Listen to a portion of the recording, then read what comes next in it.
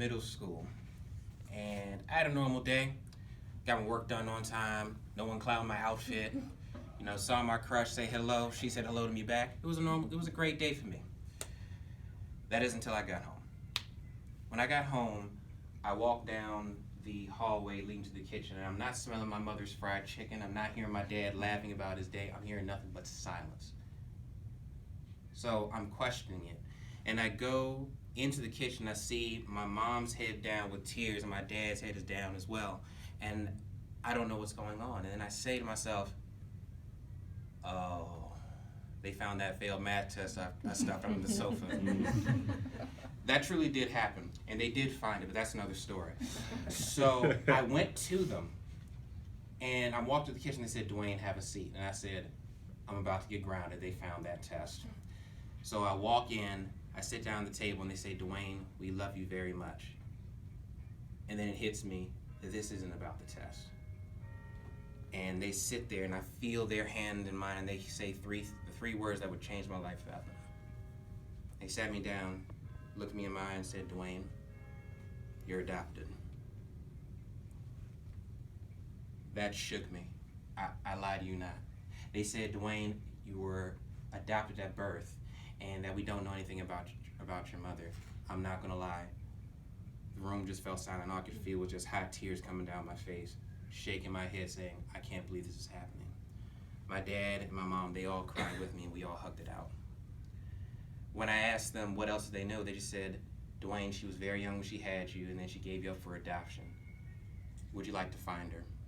And I said, no, I'm fine.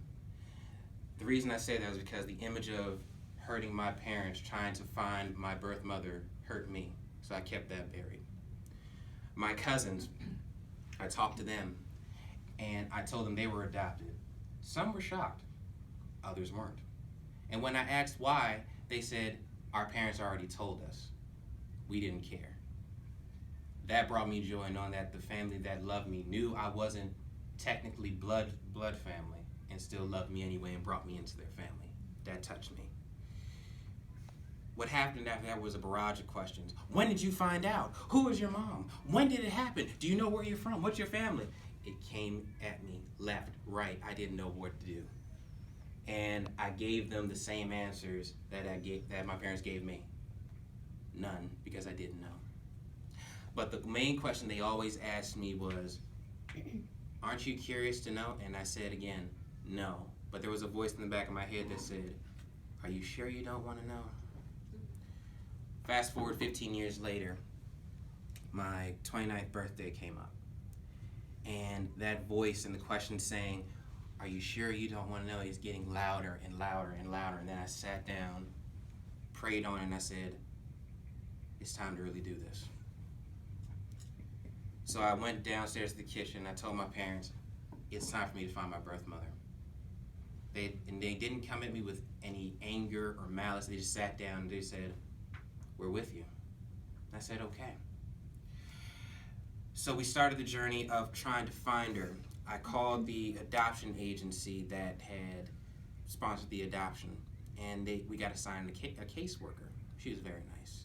She said we would love to help, and what we need to do first is start an application called a break the seal application. You can go to the courtroom and fill it out, and then once it's signed by a judge, it'll be sent to me. And then I'm thinking out of my head, I have to take off work, go all the way to some random place in DC to sign some paperwork that'll take 3 to 4 weeks so I can find my birth mother. I said, you know what? It doesn't matter. Where's the courthouse? Funny thing, 10 minutes away from here.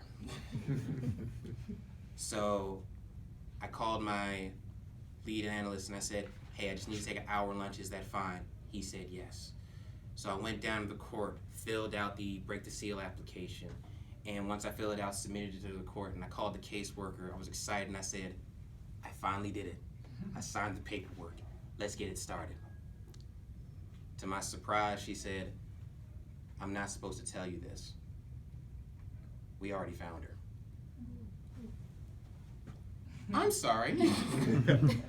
You found her? Yes, we found her, but we can't do anything or tell you anything until we receive that paperwork. And I said, that's absolutely fine. I hung up the phone. I was in shock. Again, what was I supposed to do? When I talked to the caseworker again, she said we can set up a meeting. I was in New Orleans at the time with my family, and I said we can set up a meeting for when I come back. The day of the meeting happened, and I was already nervous. And I asked my parents to come with me. It seemed only right because they were with me throughout this whole journey, so why not bring them along with me? Plus, they were kind of my security blanket. So I brought flowers with me to my birth mother to show as a gesture of peace and happiness. When we got there, we sat in the waiting room and the caseworker came back to grab us and said, "She's here in the back room." I looked her in his face and I said, "I have to use the bathroom, excuse me a second." So I went to the bathroom and my nerves were shot. She's in the back room. What is she saying? What is she going to do? So I looked in the mirror, gave myself that proper pep talk, and proceeded on. I then said I was ready, and she took me to the back room, and she said, "The next time when I open this door, you'll meet your birth mother." And I said, "Let's go." So I opened the door, and there were 2 women in the room. I did not know who my mother was till she smiled. It was like looking at a reflection in the mirror. After 28 years, I finally found my mom. And I'm glad I did. Thank you.